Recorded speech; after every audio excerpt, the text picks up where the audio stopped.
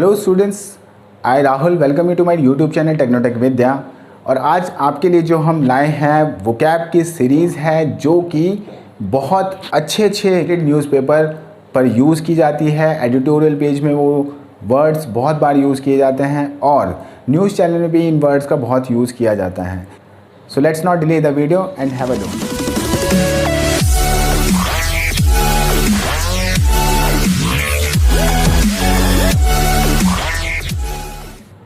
सो अपने पहले वर्ड की तरफ चलते हैं। हमारा जो पहला वर्ड है उसको कहा जा रहा है चिड़चिड़ाना या फिर गंदी हंसी। जब हम किसी को चिढ़ाने के लिए कुछ ऐसा काम करते हैं कि नॉइसी काइंड ऑफ, तो चिड़चिड़ाने को कहा जाता है, उस टाइप की जो एक्ट होता है उसको कहा जाता है कैकल।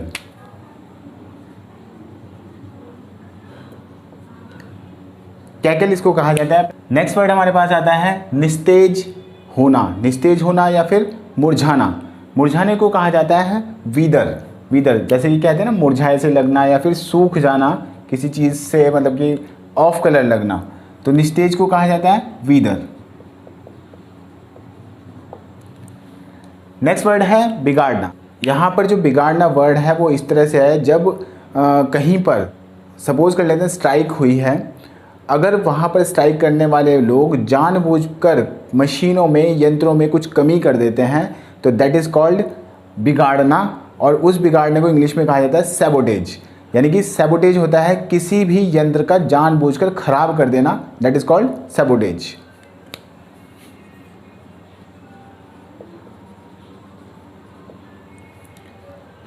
नेक्स्ट है हमारे पास जोखिम या फिर संकट। देखिए, जोखिम या संकट को इंग्लिश में कहा जाता है पेरिल। यानी कि किसी को संकट में डालना तो पेरिल कर देते हैं हम उसको, तो संकट में डालने को कहा जाता है, संकट या जोखिम को कहा जाता है पेरिल कंडीशन, पेरिल। नेक्स्ट हमारे पास छोड़ना या फिर रुपए भेजना। जब हम किसी को रुपए देते हैं डाक के थ्रू या कैसे भी उसको भेज देते हैं, या फिर छोड़ना, इन दोनों को हम एक ही वर्ड से इंग्लिश में शो करते हैं, दैट इज रेमिट।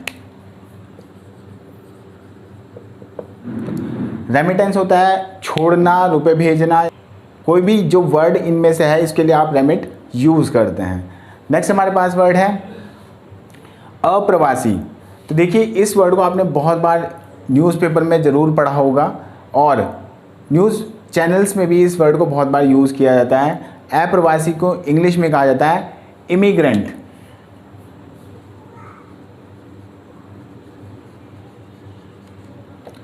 इमिग्रेंट या फिर अप्रवासी अगर ज़्यादा संख्या में है तो इमिग्रेंट्स कहा जाता है उनको।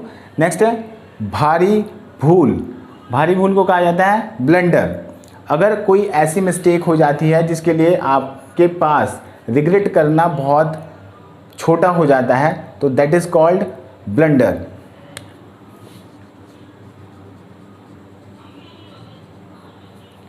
ब्लंडर। नेक्स्ट वर्ड हमारे पास है किशोर। किशोर वर्ड होता है जो लोग 18 वर्ष से कम होते हैं उसको इंडिया में किशोर माना जाता है। किशोर जो शब्द होता है वो उन लोगों के लिए यूज़ किया जाता है जिनकी आयु 18 वर्ष से कम होती है। तो किशोर के लिए हम वर्ड यूज़ करते हैं जुवेनाइल। आपने वर्ड सुना भी होगा न्यूज़पेपर में और न्यूज़ चैनल्स पर, जुवेनाइल कोड। जुवेनाइल कोड का मतलब होता है अगर कोई ऐसा व्यक्ति जो कि 18 साल से कम होता है, 18 वर्ष से जिसकी आयु कम होती है, उसके जो कोर्ट होती है वो जुवेनाइल कोर्ट कहलाती है और उनका फैसला वही करते हैं, छोटे बच्चों का फैसला वही करते हैं। तो किशोर को इंग्लिश में कहा जाता है जुवेनाइल।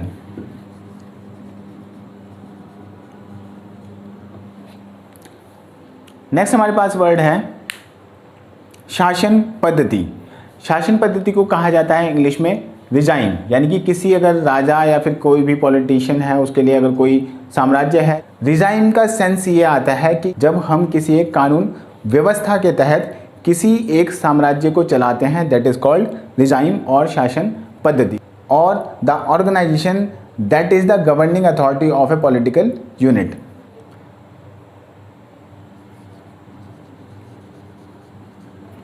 नेक्स्ट हमारे पास है पापी, घोर, नरशंस या भयानक। इन शब्दों को आप एक शब्द से इंग्लिश में शो करते हैं, बताते हैं, that is called atrocious. Atrocious मतलब जो कि बहुत खतरनाक होता है, जो कि बहुत भयंकर होता है, भयानक होता है, या फिर घोर पाप के समान होता है, that is called atrocious.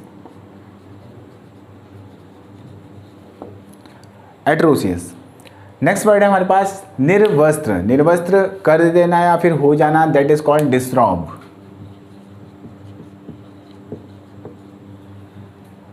Next है आपके पास घातक। घातक, प्राण घातक या फिर मृत्युकर, इस वर्ड को आप इंग्लिश में कहते हैं लेथल।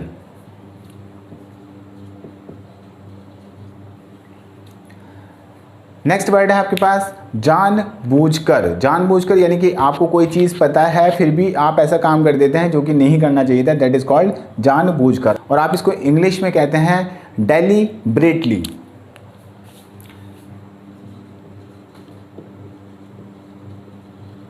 डेलिब्रेटली, जानबूझकर या डेलिब्रेट आप वर्ड यूज़ करते हैं। नेक्स्ट हमारे पास दोबारा शुरू करना, या फिर आप इसको कह सकते हैं पुनर्जीवित करना। पुनर्जीवित करना या फिर दोबारा शुरू करना को कहा जाता है रिसरेक्ट।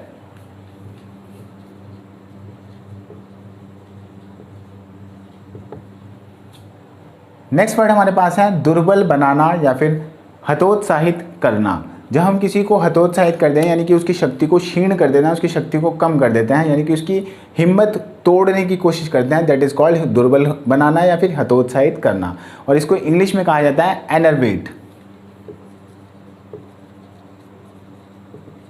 एनर्वेट बहुत अच्छा वर्ड है, इसको आप यूज़ कर सकते हैं अपनी इंग्लिश लैंग्वेज में। नेक्स्ट है आपके पास अवशेष। अवशेष मतलब कि किसी एक चीज़ का आपने बहुत सारे लैब के अंदर प्रैक्टिकल भी किए होंगे। प्रैक्टिकल करते हुए आपने बहुत सारे एक्सपेरिमेंट में ये देखा होगा कि उसमें रेसिड्यूज़ बच जाते हैं, यानी कि अवशेष बच जाता है, दैट इज़ कॉल्ड रेसिड्यूज़। या फिर आप एक परफेक्ट एग्जांपल ले सकते हैं, जैसे दूध से अगर हम मक्खन निकाल लेते हैं तो वहाँ पर जो छाछ बचती है वो उसको कहा जाता है अवशेष, यानी कि रेसिड्यू। यानी कि छाछ को भी रेसिड्यू कहा जाता है और अवशेष भी रेसिड्यू ही होता है।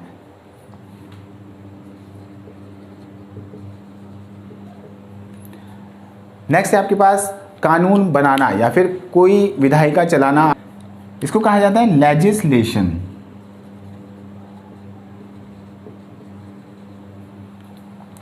लेजिस्लेशन। नेक्स्ट है इसी से रिलेटेड वर्ड है ये भी मुकदमेबाजी। जब आपका मुकदमेबाजी चल रही होती है कोर्ट के अंदर, that is called litigation. Litigation दोनों बहुत इंपॉर्टेंट वर्ड हैं, दोनों का यूज़ न्यूज़पेपर और न्यूज़ चैनल पर बहुत बार आपने सुना होगा। नेक्स्ट आपके पास है वर्ड अयोग्य या अपर्याप्त। जो चीज़ कभी हम करते हैं अगर वो सही नहीं है किसी पर्टिकुलर चीज़ के लिए, या फिर अयोग्य है, अपर्याप्त है, दैट इज़ कॉल्ड इनएडिक्वेट।